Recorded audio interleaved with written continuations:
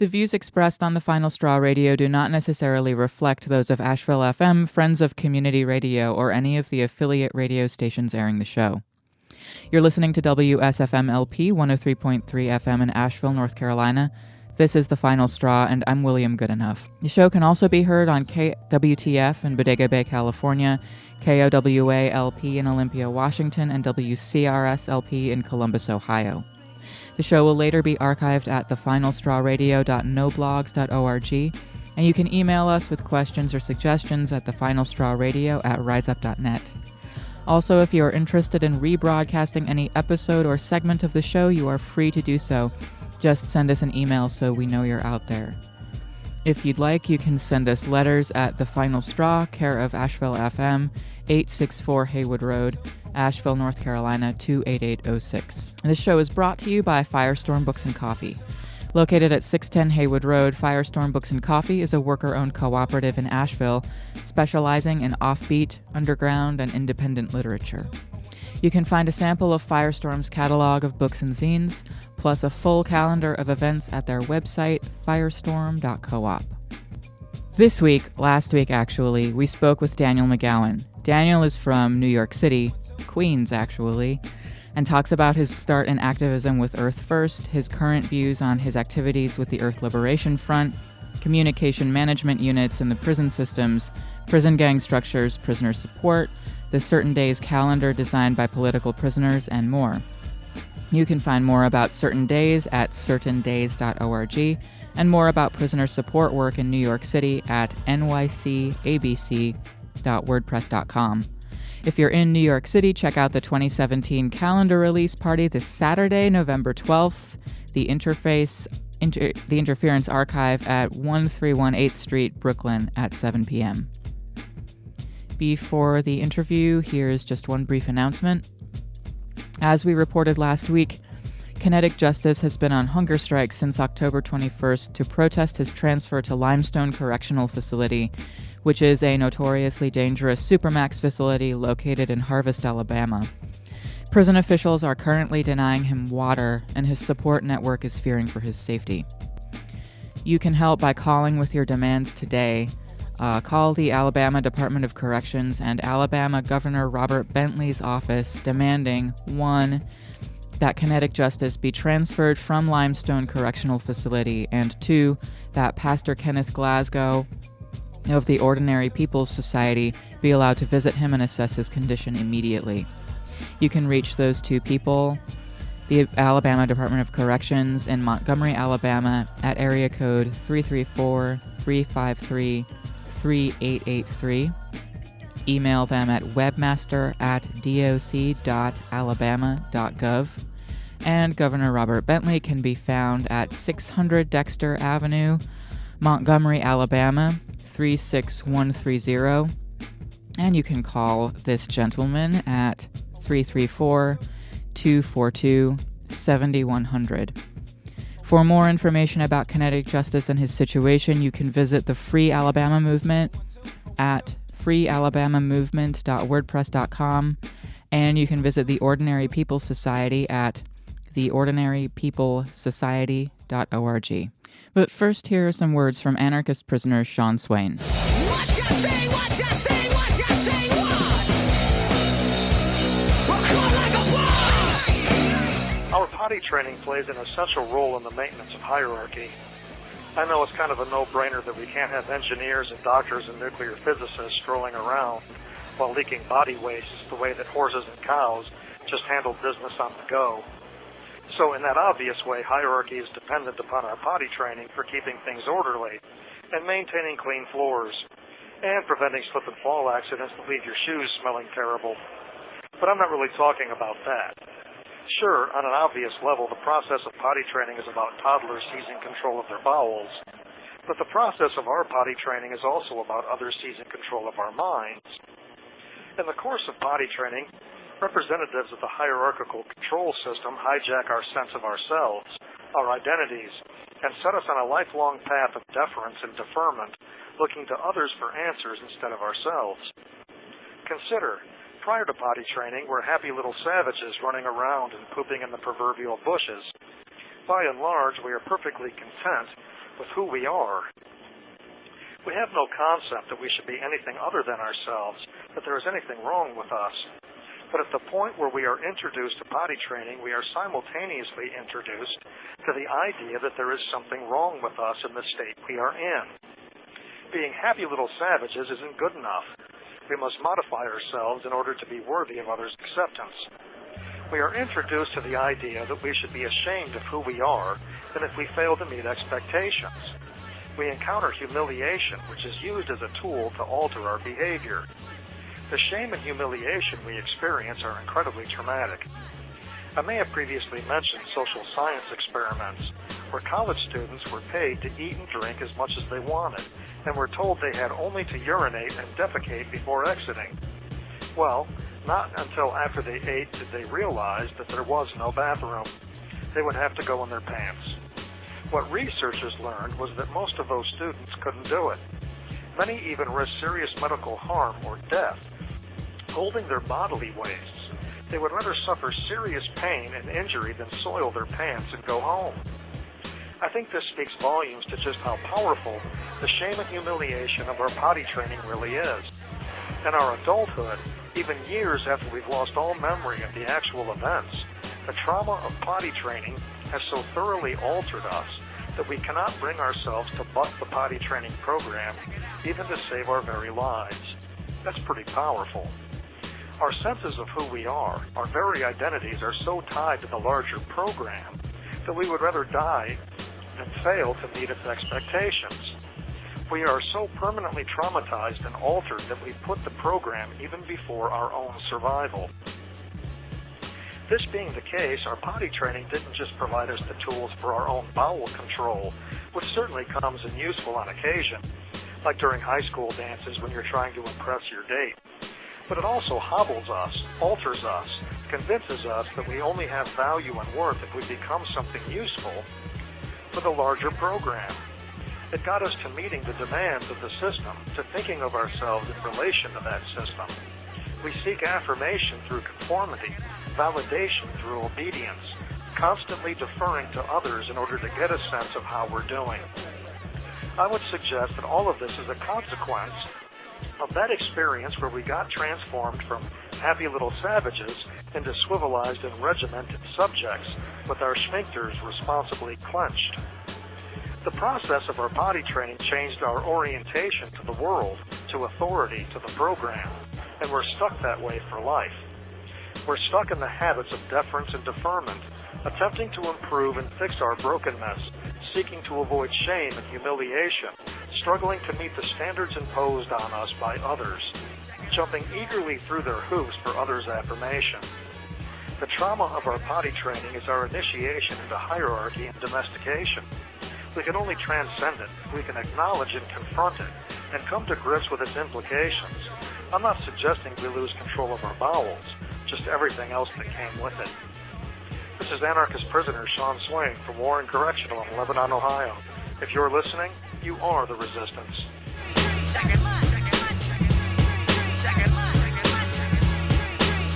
You can write to Sean Swain at Sean Swain 243-205, Warren CI, P.O. Box 120, 5787 State Route 63, Lebanon, Ohio 45036. For updates on his situation, his bid for U.S. President in 2016, and more writings by Sean can be found at seanswain.org.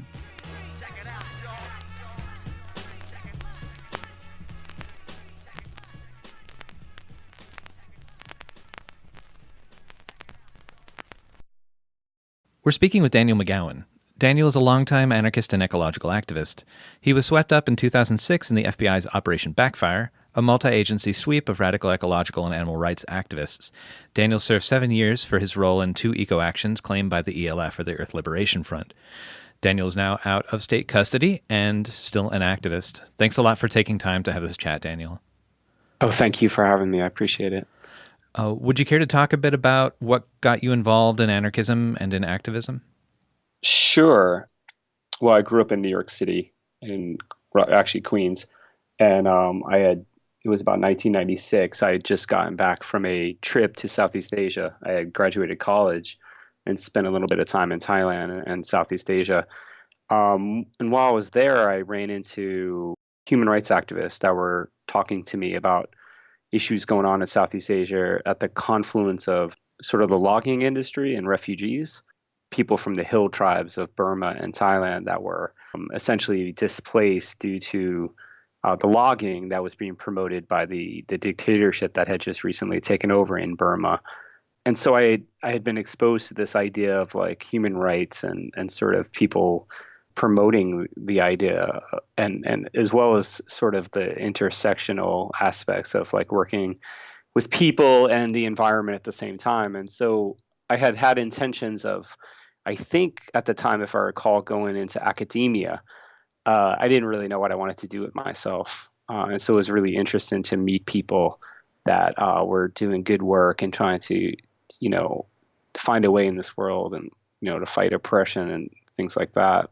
I got back to the United States and I sort of had a hard time finding people. I went to, a number of different organizational meetings like the Sierra Club and things like that. And none of that really felt right. And then one day I actually went to a club in the Lower East Side and they had a rather expensive cover. And so I didn't have the money. And so I left and I ended up walking into this info shop called Blackout Books. It's no longer there, unfortunately. And that neighborhood is very different than it is now. But I had walked into Blackout Books and I had like checked out all the different categories and ways that info shops classified the books that was very different than what I had known. And again, I was pretty broke at the moment. I didn't have much money. So I checked out their free pile. I have never actually seen a free pile in a store before up until that point. And I found a copy of the Earth First Journal and I checked it out. And a lot of it didn't make any sense to me in terms of like the lingo that was used. But the sentiment was definitely something I was interested in. And I sort of was working at this big, horrible company as a temp at the time.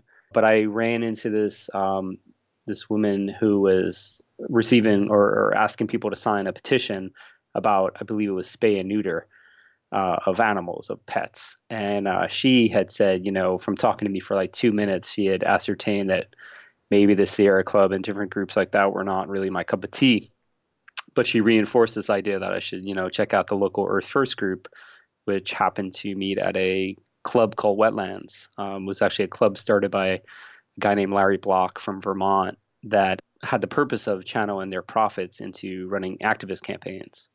And so I got involved in that group and things were, quite quickly progressed at that point, leading to me going to the Earth First Round River Rendezvous and then getting arrested for essentially standing on a street in Wisconsin in 1997, I believe. What was the protest in Wisconsin? Oh, it was against, it was actually ended up being rather successful. It was a protest against something called the Crandon Mine. It was in Crandon, Wisconsin. I think it was like northwest Wisconsin. And it was like an open pit mine that was going to be built on the Wolf River, essentially pretty pristine kind of river in Wisconsin. And Earth Firsters were kind of in coalition with a lot of local Wisconsin groups and the Menominee tribe to sort of, to stop it. And essentially a few years after that, it was pretty successful. But my time in Wisconsin was pretty interesting. I had not really done a lot of camping and exposure to like activist scene, which kind of blew me away. I got pretty radicalized. I'd say like my progression into anarchism came pretty, naturally. I guess it's like a lot of us, we always feel like we had issues with authority or issues with like bullies and stuff like that. I was raised by actually a New York police officer, albeit not a very ideological one. My father essentially went and took one test in the 60s for like sanitation, fire, or the police, and the police called him first. So he had a young family and he became a cop. But you can imagine like having that kind of law and order kind of exposure, it's not uncommon to run into anarchists who have parents in law enforcement. I think it's kind of funny how often it happens to me. So yeah, like I was never much one for the paper pushers that, sell the newspapers with charismatic or not so charismatic leaders on them, Revolutionary Communist Party and other assorted clownish groups like that. So anarchism always felt sort of natural for me. And so your activism progressed, and just jumping ahead. So you were convicted, as I mentioned before in the introduction, for participation in what I consider one of the most interesting periods of eco and animal defense in the U.S. under the moniker of the Earth Liberation Front. Not that we should be defined by what our enemies say about us, but at this time prior to 9/11, the FBI had declared movements such as the ALF, or the Animal Liberation Front, and the Earth Liberation Front as domestic enemies number one. What sort of reflections do you have about the efficacy and the direction of the ELF at that time, the model it promoted, and the popular engagement or lack thereof around that sort of activism? Well, I do think it's interesting that at the time, I remember reading that I think it was the FBI Director Mueller had said that the ELF was the domestic terrorist group number one. And I used to think that was really bombastic and silly. But at the end of the day, it sort of makes sense in that the ELF and the ALF target property and are taking, have taken big, stances, obviously, on some pretty big social issues or issues affecting the ecology and the way we treat other species. So if that's why when people are always like, oh, they focus on the ELF and ALF and they don't focus on people committing like violent attacks against immigrants or racist nonsense. It sort of makes sense to me because at the end of the day, the state really doesn't care about that stuff. I mean, it cares about it only in order to look like it's like the protector of its citizens. But at the end of the day, I don't think the state really cares. When you're talking about attacking property and attacking industries, that's sort of more of a anti-capitalist gesture. Racists can attack immigrants. It doesn't actually affect the runnings of capitalism. And so, the government's not going to get too bent out of shape about, 10,000 or more racist incidents a year in this country. I mean, I'd say that would be a low number. It's actually kind of interesting. Years ago, I think it was 2005, one of these lunatics that are in Congress, I don't know if it was Jeffords or Innis or one of these people, had hearings on so-called eco-extremism. And at the time, Barack Obama was a senator, U.S. senator from Illinois. And his whole presentation at this was basically, given all the hate crimes that have happened in Illinois, how can you focus on this? And at the time I thought, well, that's interesting. It doesn't quite go far enough, but it's an interesting take, I suppose, on like terrorism. In terms of reflections on the efficacy and direction, when you're involved in groups like the ELF or underground groups, at the time, I of course, you would think was okay with the direction that we were taking. I think when you're immersed in it and you're involved in planning actions or reconning or, trying to figure out different research on how best to be effective, I think it's hard to be very critical. And I think sometimes groupthink takes over. I had always thought that the actions were a means to an end. They were a tactic that would inform the strategy. And so I thought it would make sense that we would be choosing tactics that would inform our strategy, of which there was, should be kind of like a short term, a middle term, and a long term. With the long term perhaps having a deterrent effect on the, old growth logging in the Northwest. Unfortunately, the things we chose to do were really intense. And in that way, I think sometimes you find that what you're doing in one night could really have more impact than anything you had done previously. I mean, I've obviously been engaged in legal activism for years prior to that. And so I think it's very easy to get taken in by the media and taken in by the fact that, again, you're doing more in one night, theoretically, than you had done previously. So you get you lose sight, and maybe you start to not see the actions as a means to an end, but as an end in itself. I'd always had the wish or the desire to make, the actions that we were involved in be part of a mosaic, be part of the different actions that were going on these topics, not to have them be leading it, and never to think that somehow we can get everyone to just start doing what we were doing. In that way, when you're talking about popular engagement, I think what happened is we presented a picture to the movement of experts, of people that really knew what the hell we were doing and did these massive actions. And what does that do but essentially paralyze people. I mean, if you're observing these massive actions, you think to yourself, perhaps the ELF really has their act together, and therefore they got that covered. But I mean, a small group of 10 or so people do not have the issue covered. I mean, it requires like mass involvement. It requires lots of people doing lots of different things in order to have any level of success. Sort of has to be a continuum of activity and tactics. And so that's the problem, is that I feel like on some level we became experts. We became part of like a priest class of militant direct action. And that actually isn't good for popular engagement. It also, when you consider like arson and destruction of property, it's very polarizing. And I don't know if like militant polarizing tactics are the best way to build any sort of, I don't want to say unity, but like movement in the same direction. We're trying to like tackle these big issues that obviously have social components when you're talking about logging or genetic modification. And yet we were thinking that perhaps the more militant and more intense we got, we would have a greater impact. But in some ways, we basically polarized the issue and created sympathy for our opposition, which is never something you want to do. So all of this is easy in the rearview mirror. It's a lot harder when you're in the thick of it, and it's easy for me 10 years later to look back. But at the time, I feel like we had our heart in the right place. We were very cautious and engaged and mindful people.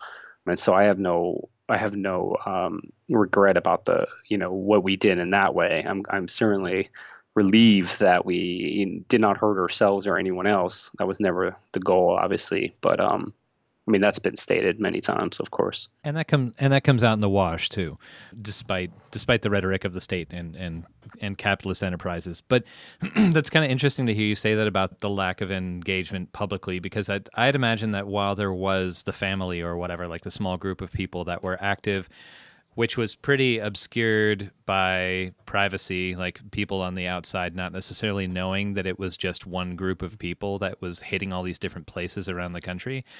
Mm-hmm. But it seemed like between distribution of materials about how to replicate the activities on one's own, in one's own hands, and the number of at least times that ELF and related tags got put up in places or items got attacked by people who weren't connected to the family, that it seemed like kind of a success in some ways. Even if it didn't like spread like wildfire, at least it did sprout some smaller actions and activities in different places, in the way that like the ALF isn't like a body of people that's specific. It's people that choose to take action and certain activities and sure. reproduce the means.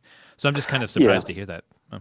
Well, I mean, I do think, I don't want to be too harsh on myself, or us. I do think there was some reproducibility to the actions. I do think, though, especially towards the end, they got very highly involved in technical. And I think the reaction to the materials that were actually put out by my crew was like, sort of, holy crap, this is really technical. And I think that there has to be a level of entry for people in our movement that is not based on like having access to an understanding of technical skills. At the end of the day, you can overcomplicate things that are not that complicated. And I think that's partially what we did. But I do want to say also, like our group was like fairly regionally involved, but, largely in the Northwest. I mean, of course, there was definitely, anyone that's read the case knows that there's definitely incidents from the Midwest when people traveled. But for the most part, I mean, this group was kind of confined to the Northwest. And so, there's a certain amount of actions that you can attribute to this larger group, or I should say the smaller group. But there's clearly many, many, many more incidents claimed by the ELF that had nothing to do with my case. So in that way, like, it could be seen as partially successful. This is our conversation with formerly imprisoned eco-anarchist Daniel McGowan. This is the Final Straw Radio on Asheville FM, 103.3 LPFM, Asheville, North Carolina. So you mentioned CMUs, or communication management units, and you wrote about this a little bit. We're almost snatched back into the prison for it, or into the prison system. Mm-hmm. Can you talk about that incident and what CMUs are and how they differ from solitary or administrative segregation? Yeah, sure. Well, the communication management units, or CMUs, currently there are two units in the federal system that we know about. One is at Marion, Illinois, and one is at Terre Haute, Indiana. They were sort of created out of this like knee-jerk reaction on the part of the Department of Justice. There was allegations made in 2003 or 2004 that prisoners in ADX, the supermax prison in Florence, were in contact with some of the individuals that ended up conducting the Madrid bombings. And so because of that, this allegation, and I don't really know if it's true, the Inspector General wrote a report about how communications in the federal system were not very monitored.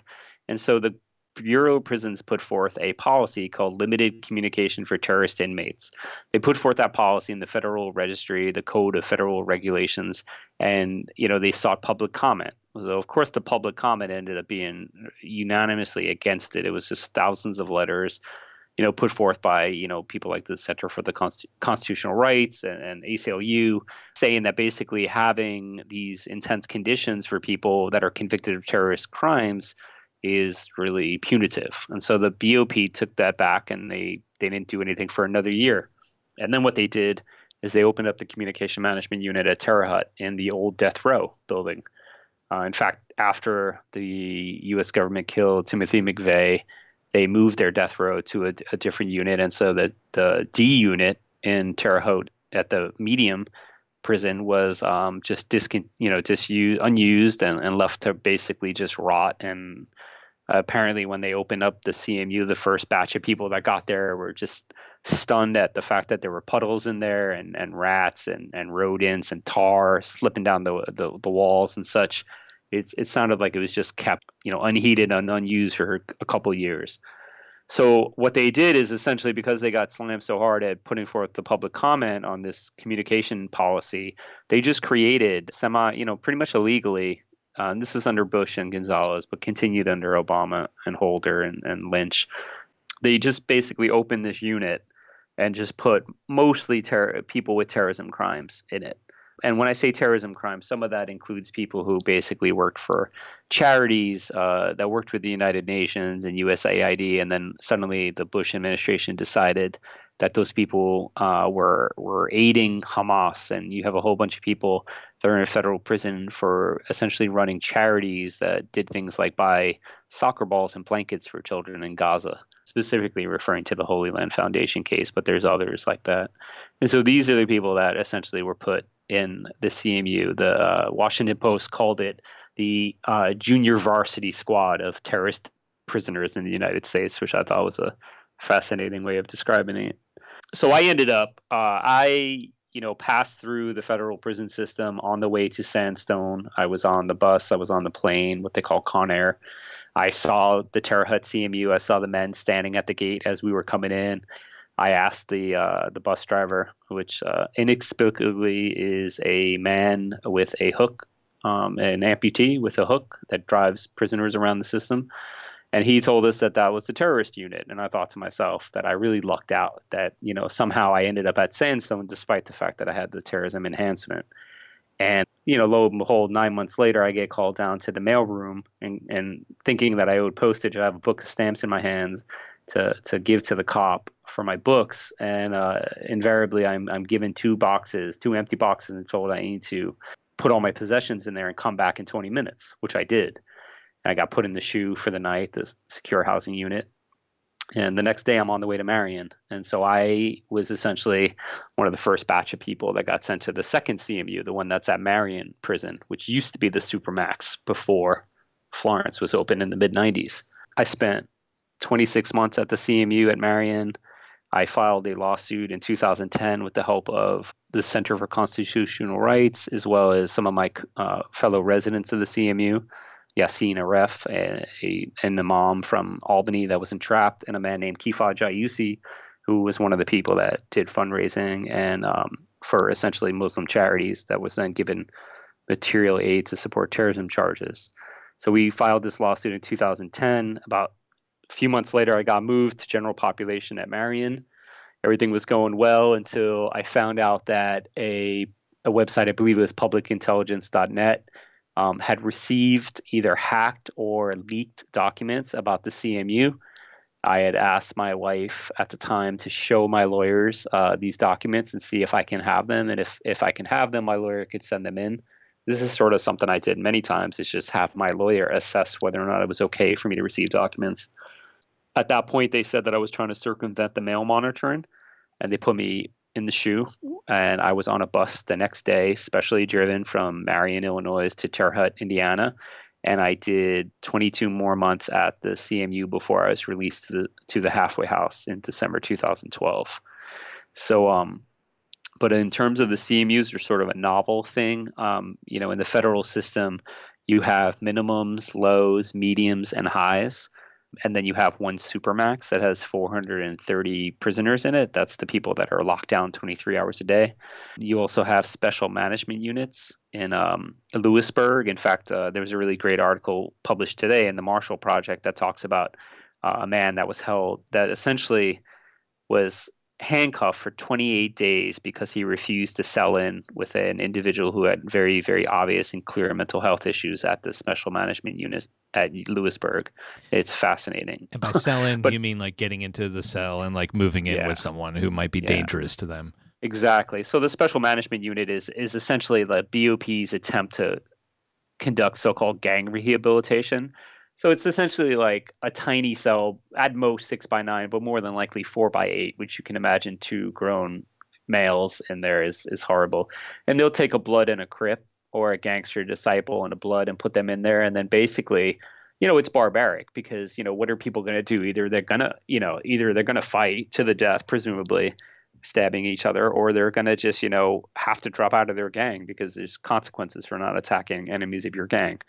And it's horrible. I mean, the article in the Marshall Project is insane. So what my point though being that they have these units in the federal system that are barbaric, right? The CMU is a totally different thing. CMU is essentially made up for people like myself who, when I was at Sandstone, I never got a disciplinary infraction. I never spent any time in the secure housing unit.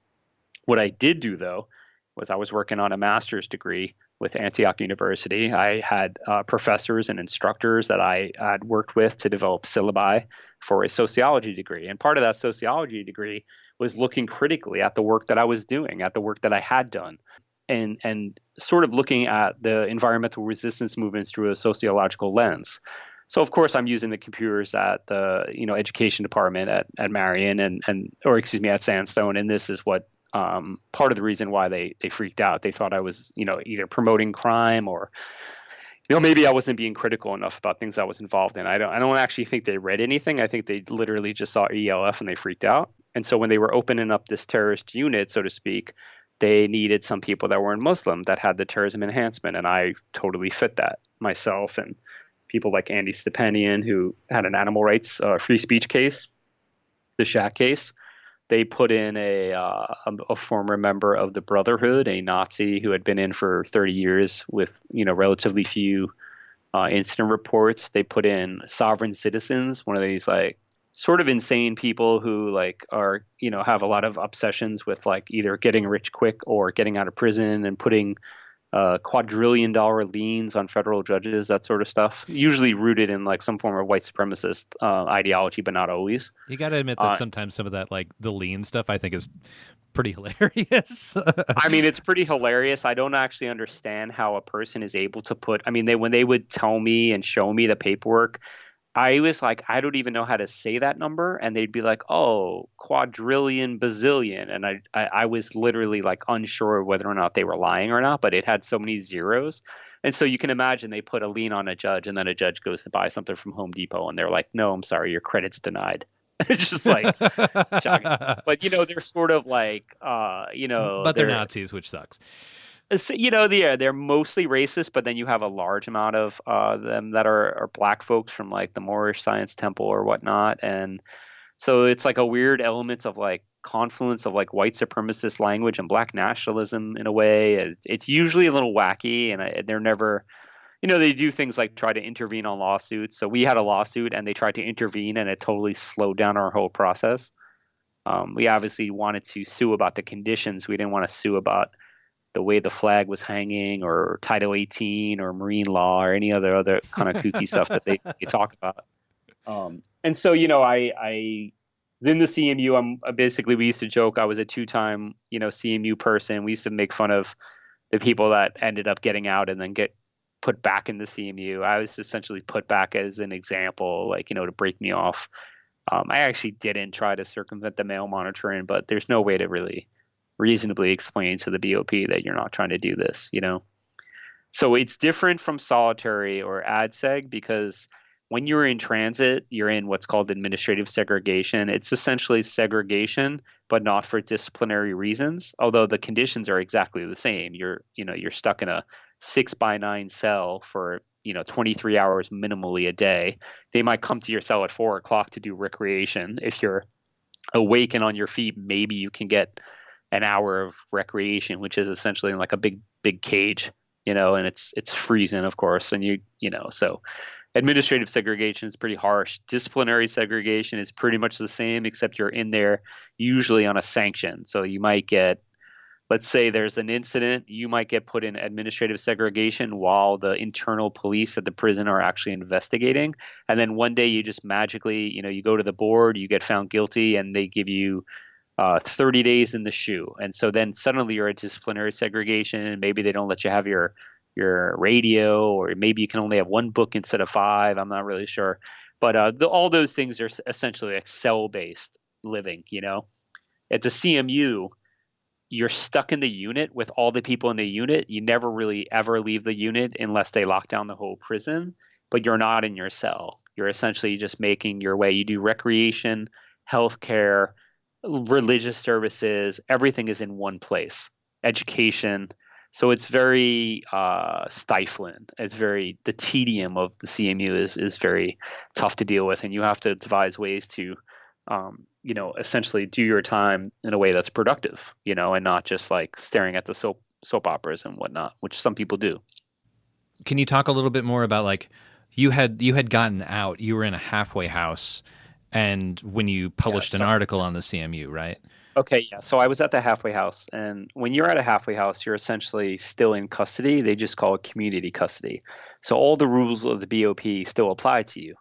So I had written a number of articles when I was in the CMU and when I was at general population, articles about current events, about the drug war, about the people that I was doing time with, about how messed up prison is, all these kind of sort of obvious articles, but maybe not so obvious for our community, which at the time hadn't really dealt with a lot of friends and allies inside. And so I had known that it was like pretty, it was okay to write articles as long as you're not sitting there and promoting some sort of violence or crime or whatever. So I wrote a rather bland article on like a Tuesday about the status of my lawsuit. The lawsuit at the time was called Aref v. Holder. Now it's Lynch because she is the attorney general. So I write this like summary of an article, and then like the next day I come back from work and I realize that I don't have a work pass approved. And obviously the halfway house is trying to make a bunch of money off you, so they want you to go to work. So if you don't go to work, then they can't take a percentage of your pay. So I knew something was wrong. I called my lawyer. I called my wife at the time, and I told them, something's wrong. I'm probably going to, be taken to MDC, probably going to be taken back to prison. Lo and behold, the next day they call me down and, with some kind of ruse about, Miss Johnson wants to talk to you. And so I pack up all my stuff and I walk down there with my bag because I don't want the cops packing my locker up. They do things like drop your shampoo in your clothes and whatever. So they're like, well, why do you have all your clothes? And I was like, because you're going to throw me in prison. And lo and behold, the marshal just steps out and is like, okay, you got it. And basically just cuffs me. And I get taken to prison. And which is, I actually get taken to court where I have to sit in the bullpen for the whole day. And my lawyer had already, I had talked to my lawyer that morning and said, listen, if I don't call you every hour, it's a problem. So when she didn't get my call at 9 o'clock, she called the halfway house, who then proceeded to lie to her and tell her that I was there, but I couldn't come to the phone or something like that. I get taken to court. My lawyers are already at the prison. It's all within Brooklyn. So my lawyers are at the prison by 5 o'clock that day. And they're like, he's not even there. So I eventually get my way back to the unit. It's like get put in. Of course, I get put in segregation, and of course, I immediately I'm writing cop outs. I'm writing notices to get a legal phone call. I want a legal phone call. I want a vegetarian tray. I want I want rec. The next day, they call me out at 7 o'clock. My boss at the time, who's a radical lawyer, is there. She's visiting another client, so she pulls me out for a legal visit.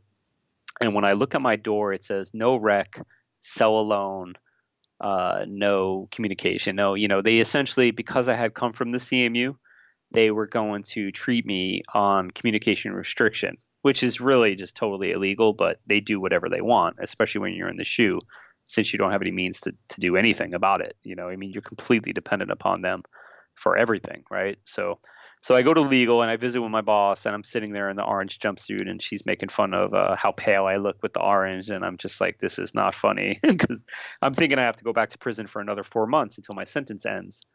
And the way it works is they consider that you have a parent institution. Since I came from the CMU, I will be going back to the CMU to finish my sentence.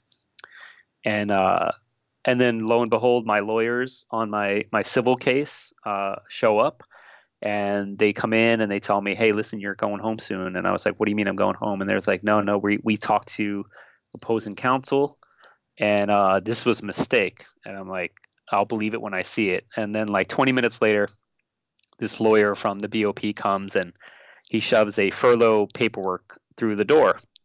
He's like, can you sign this? And I was like, what does this mean? And he says, well, you're going to go home. It was a mistake. And they released me that day at 4:00. I couldn't believe it. I was completely shocked.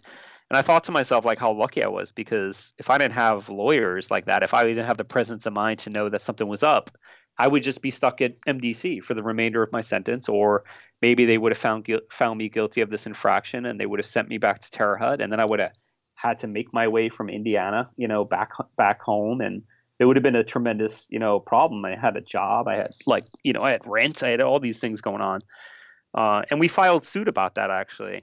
And lo and behold, 2 years later, we pretty much lost it. We had a really horrible judge, and they just basically dismissed it. And then we went to the appellate court, and it was dismissed. And it's crazy because they clearly broke their own rules, but somehow have gotten away with it. So that case just died. That's not the CMU case, but the case just with me suing about being in custody for 30 hours. So you've been doing stuff around, like, not only have you been in prison and now writing about and paying attention to prisoner issues, but you've been doing prisoner support stuff for a really long time. And I was really surprised to hear about like your involvement with the North American Animal and Earth Liberation Prisoners Support List. I'm probably getting the acronym wrong, but no, you're pretty close. Oh, okay. Can you talk about what kind of projects you're engaged with now around prisons, and what you're working on and such, how you got involved in the first place around prison issues? Well, it's interesting. I got involved in prison issues pretty much right away. And it was because it was that time in like the late 90s in which animal rights activists were getting arrested like seemingly constantly.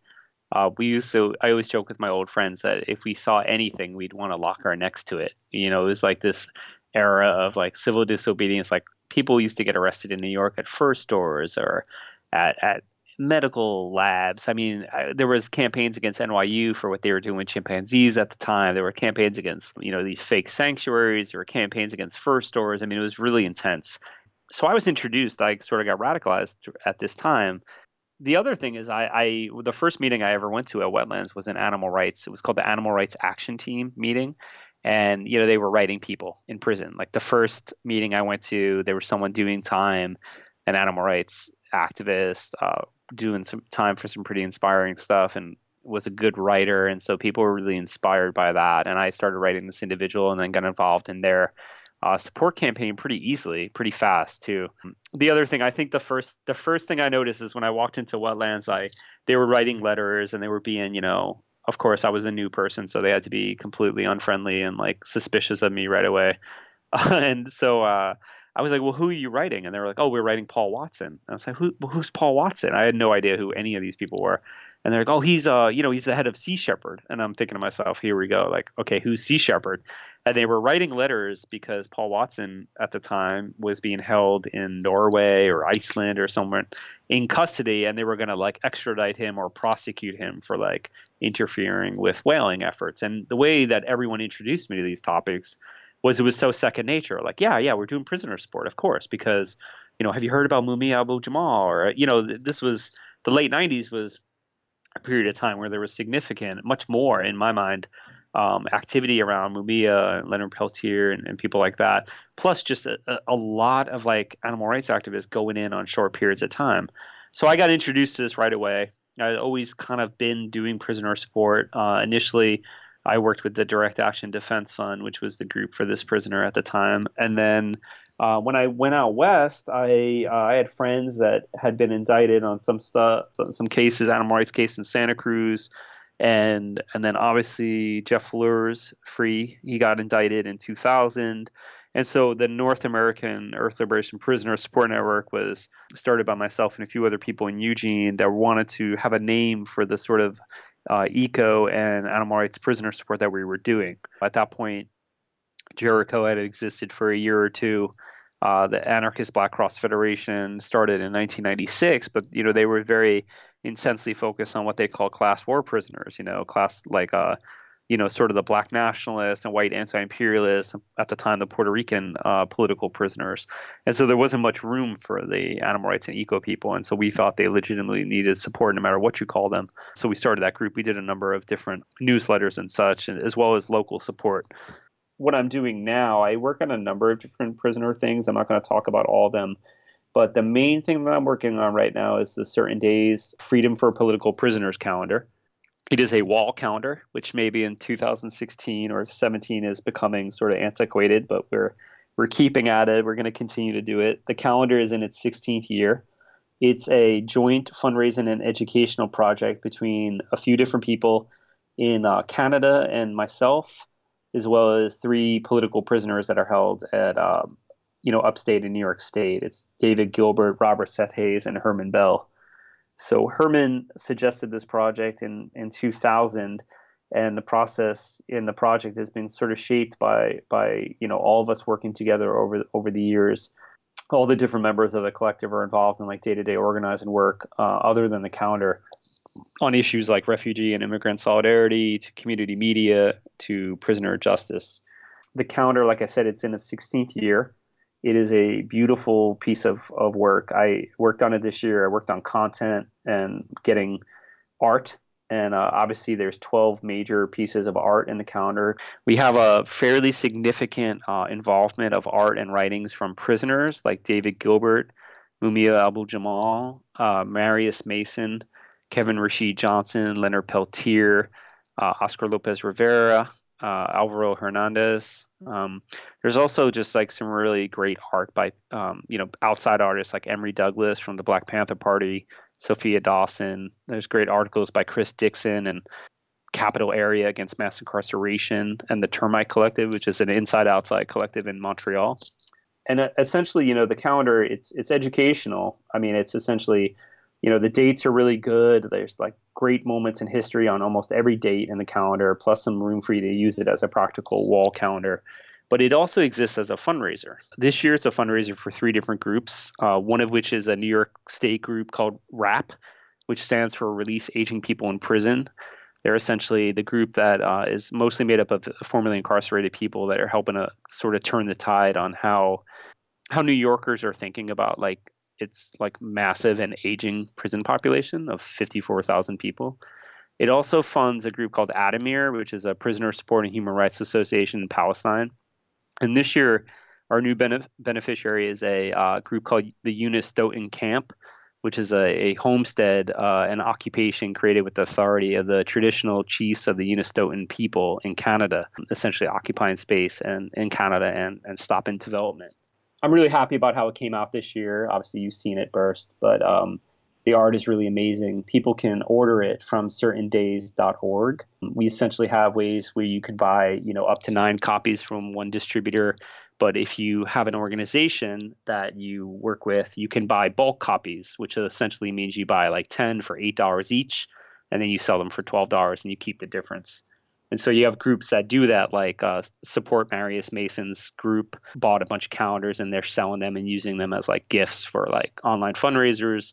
And there's basically, if you go to certaindays.org, you can find a list of stores to buy them in different cities. You can get them from AK Press, of course. And, there's just a large places to get them online, as well as like info shops around the country. If you do want to check out some of the art too, it's up on certaindays.org. If you just click images and content, it shows you at least small versions of some of the pictures. They're really beautiful. Yeah, I mean, we're sort of on the social media game. You can find us easily on Facebook by just searching it, and we're on Twitter at Certain Days. But the website, yeah, we put up all the art and we have bios of our editors. We have like there's a lot of back and forth that goes on between our editors and us. They've all been in prison for 35 years or more. You have Robert Seth Hayes, who lately has been dealing with some really big health issues. So we dedicate some of our time to campaigning for his medical needs, try to get him an insulin pump and a monitor. And obviously, all of the prisoners we're dealing with are mostly parole eligible and are being denied parole over and over. So we try to use the social media and the calendar as vehicles for securing the freedom of our friends. So speaking of which, parole releases and such, also I got a call from Sean Swain yesterday, and he said that he just got knocked for another 5 years at a hearing. But there's some upcoming political prisoner releases in various states of freedom that were announced at the ABC conference. I was wondering if there are any that you'd like listeners to particularly keep an ear out for, or any words for post-release folks that are getting out. Sure. Well, I think like what I said at the conference you're referencing is that our movement is getting maybe a little better at this prisoner support game, and one of the things we're getting really good at is post-release support, and that support doesn't end when a person comes home. That there's a lot of different needs that they have, whether they're mental health, housing, job related, what they call collateral consequences, like the consequences of being a felon or having the terrorism stuff on your record. So yeah, in recent years, I think I've been really happy about how that's turned out. Yeah, so there are a number of releases coming up. My co-defendant, Justin Solans, is going to the halfway house in January. He doesn't have like an online fundraiser right now, but he's going in January. His information is on the New York City Anarchist Black Cross website. I think it's nycabc.wordpress.com. I know that Barrett Brown, who's a journalist and had done time for essentially pasting URLs related to Anonymous in a chat room, is getting out in, I think this month, actually. It's maybe November 29th, and he'll be going to a halfway house in Texas. The other thing that I saw, and it kind of ties in with some of the stuff I'm working on, is a Black Panther named Zolo Azania is coming home, and actually just last night they launched his fundraiser. He's been in prison since 1981. He's actually was on death row for 27 years. He's a prolific writer and an artist. He actually has a book through Kershplebedeb, which is that book distributor in Canada. I think you can get it at leftwingbooks.net. And Zolo is getting out after, obviously making very little money during the time that he was in. And he's getting out in February. He's an Indiana state prisoner, and he needs help. He has a GoFundMe set up at gofundme.com/helpZoloRebuild. People can find that information online. There's a lot of groups that are promoting it, including New York City ABC. Another thing that I'm working on, which isn't related to release, is Marius Mason's Education Fund. Marius is a trans prisoner and an eco-activist that is doing 22 years and being held at this rather insane secure housing unit in Texas at Carswell. And Marius has finally got approval to take some college classes and is, needs obviously significant help. I think he's going to be taking classes through the Ohio University Correctional Education program that they have. And the coursework is like $350 per credit hour. So there was a goal to raise $3,000, and we were like 85% of the way there. But again, that's pretty easy. You can find that link on supportmariusmason.org. And obviously every bit you give really helps Marius prepare for his eventual release, which unfortunately is in like 2027. Finally, I guess in terms of like support and release, I find myself often like being a former prisoner, political prisoner. I find myself like keeping an eye out. There's sort of a growing number of people who have done time for political cases, and often we share a lot of similarities.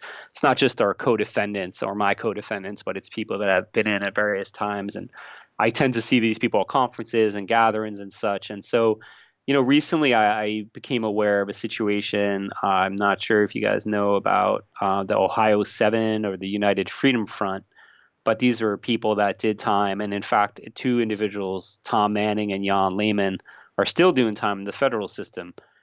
But there was originally 7 or 8 people: Kazi Tari, Pat Lavasser, Carol Manning, Tom Manning, Richard Williams. And so Barbara Kersey is one of these individuals, and she's been out of prison for some time. She did 8 years on a 15-year sentence for actions related to the United Freedom Front in the 80s.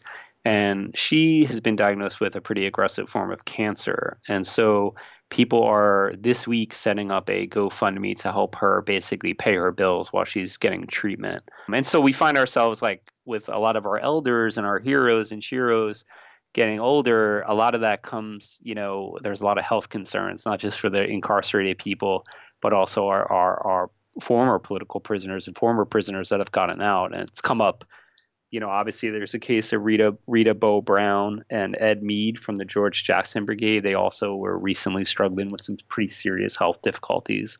So I think it's essential when we think about prisoner support to not just, talk about our friends or our co-defendants or comrades, but that we broaden our understanding of what prisoner support means to people that have gotten out and people that have gotten out maybe 20 years ago, because they're still part of our communities and they need support, obviously. And it seems like that mentality sort of also extends to our model as anarchists and as radicals of what family looks like and what communities should do and what mutual aid looks like. Like it'd be nice if like some of the lessons learned here in how to support our aging prisoners, our elders, or what have you, not only get out but also deal with the consequences of living and going hard for such a really long time for just causes, that we could take that into our own communities afterwards. Like, you know what I mean? Yeah, absolutely. I mean, I think those effects are pretty long term. I mean, I myself struggle. I've been out of prison. I came to the halfway house in December 2012. So, going on 3.5, 4 years, and it's like, I used to think that, I was surrounded by men when I was inside that, I was surrounded by men that had like life sentences and 30-year sentences. And my plaintiffs from the arrest case, I mean, they're just getting out in like a year or two. And I used to disparage my time and think like, oh, I was only in for 6 years. It should be, easy peasy. But getting out and dealing with the world changing so dramatically, even during that 6 years, it's kind of hard to imagine. But things change so drastically. And you become different. These ways of getting by inside don't always serve you on the outside. And so that period of like adjustment is pretty intense. I'm still very much in it. And I think, prisoner support has to be perceived, supporting friends, supporting people that have been through the system or been through really harsh stuff has to be perceived as beyond the first couple of months when they get home. And when it's because everyone wants to buy you a drink at first, and everyone wants to like pat you on the back. Hey, it's great to have you home. And, there's a lot of that, and that's all well and good. But really it's the deeper bonds that get you through it, years later when things you're struggling, and it's kind of hard to not see, the effects of incarceration on you, like all the time. And I think it's important to have a broader analysis of that and to understand support as like sort of a long-term thing, not just like, oh, you're home, so we're all good now, So considering how heavy the things you've engaged with have been and how heavy what you continue to engage with is, what inspires you in your daily life, in your political life, as much as you separate the two? Sure. I don't know if I separate the two too much, to be honest with you, which could be maybe problematic. I would say there's a few things that inspire me. One, I'm really inspired by these like deep bonds of friendship that I have with people and the support that I'm able to that I've been able to get and sort of what I feel I've been able to give since I've been out. I'm inspired by people that are not necessarily like, of that milieu, like, people that are really just struggling and trying to make the world a better place, whether, and are not really too concerned with stupid dynamics of social movements that sometimes arise. I'm inspired by my nieces. They bring me great joy. My sister has 3 children. I love them dearly, and they like bring a lot of joy to my life. They're very like, they could really not care less about, they don't know or care about any of this, my involvement with politics and, prison. They vaguely know about it, but they don't, I'm just a dorky uncle to them. And I love that because it's a real better way of just a different way of engaging the world, in terms of political stuff. I'm really inspired by like what's going on in Standing Rock. And that is just pretty impressive. I mean, I've been trying to keep up on what's going on with the resistance to the pipelines. I think it's really creative and it's great. I think the gathering of all the people in the Dakotas is amazing. It really makes me think about like the period, like how cyclical sometimes social change could be, and how like we have these periods of time where one thing ebbs and the other thing flows, and you have like this attention being paid to and generated by indigenous people in the United States that are, talking about the confluence of culture and water. And I see the hashtag water is life. And the other day I was sitting there drinking a glass of water, and it just hit me, like, it was so cliche, but it hit me like how much I missed that when I was away, how like having access to, clean, drinkable, cold water, and like how absurd it is that people inside, and people not just inside, but in different parts of this country can't even get a glass of water. It just kind of shocks me. So I'm really inspired by that. I think the resistance out there is amazing. I think the potential repression is pretty great, and I hope that people are still there for the long haul when the cameras are away and that various B-list actors and actresses are not there. So outside of Standing Rock and the Unistoten camp, like, do you have any other what other assessments do you have of current liberatory movements since your release?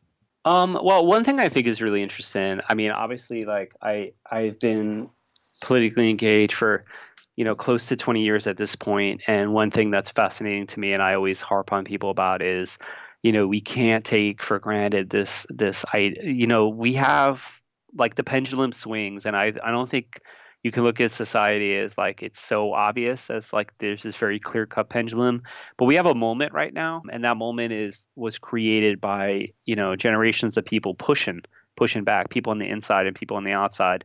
And we have this moment, right, where we can actually change the way that prisons are, or destroy them in totality. I mean, they're just, the prison culture and the punishment paradigm are really really disastrous to our society, and it's like really ruined lives and ruined communities. And so it's not the 80s, and we're not watching 2020 do exposés on so-called club fed. And so we have the pendulum a little bit in our corner, and now is not the time to like mince words and to sort of accept these little reforms that are pushed this way, like these little tiny little decarceration programs, or transferring, we close private prisons, but then we find out that the GEO group is just as heavily involved in post supervision now. Like they're just going to find, we deal with Hydra monsters, and it's just, we have to figure a way to cut these heads off while we still have sort of, we have some element of society on our side. I mean, I don't think like we don't fight because we have people on our side. We fight because it's right and because we're fighting oppression. But knowing that we have like political space right now to push harder is necessary. And I don't think people should be enticed by like these really easy reforms. And so I think like things like the prison strike is really impressive. I think in so much that it comes from inside, and it's not just top-down organizers from the outside pushing the strike idea on people. I think it's really authentic. I mean, and in some ways, it's why like the prison strike, that started on September 9th, it seems to continue on some level. It's strongest in the areas in which it really generated from, like Michigan and Alabama and Texas, where people are, fighting against what they're calling, and I think is righteously called, slavery. The idea that they can be compelled to work for the government or for corporations in order for them to make a profit, on the backs of prisoners. So I'm inspired by that, and I'm also just like feel like we need to seize the moment and push harder, and not just have these like piecemeal reforms, and not to be like too distracted by who's in the Oval Office. I mean, obviously, some of the federal stuff that Obama did is interesting. It's never enough, and it's always so piecemeal. You give clemency to 100 people, but then you consider there's 192,000 people in the federal system, and you think to yourself, like, is that really?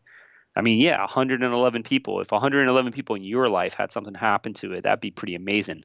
But you're talking about a massive system, and you have 2.2 million people in prison. So it starts to feel like piecemeal, and we really need to not be too concerned with who's there and be pushing it, while we still have people questioning what's going on in society with prisons and such.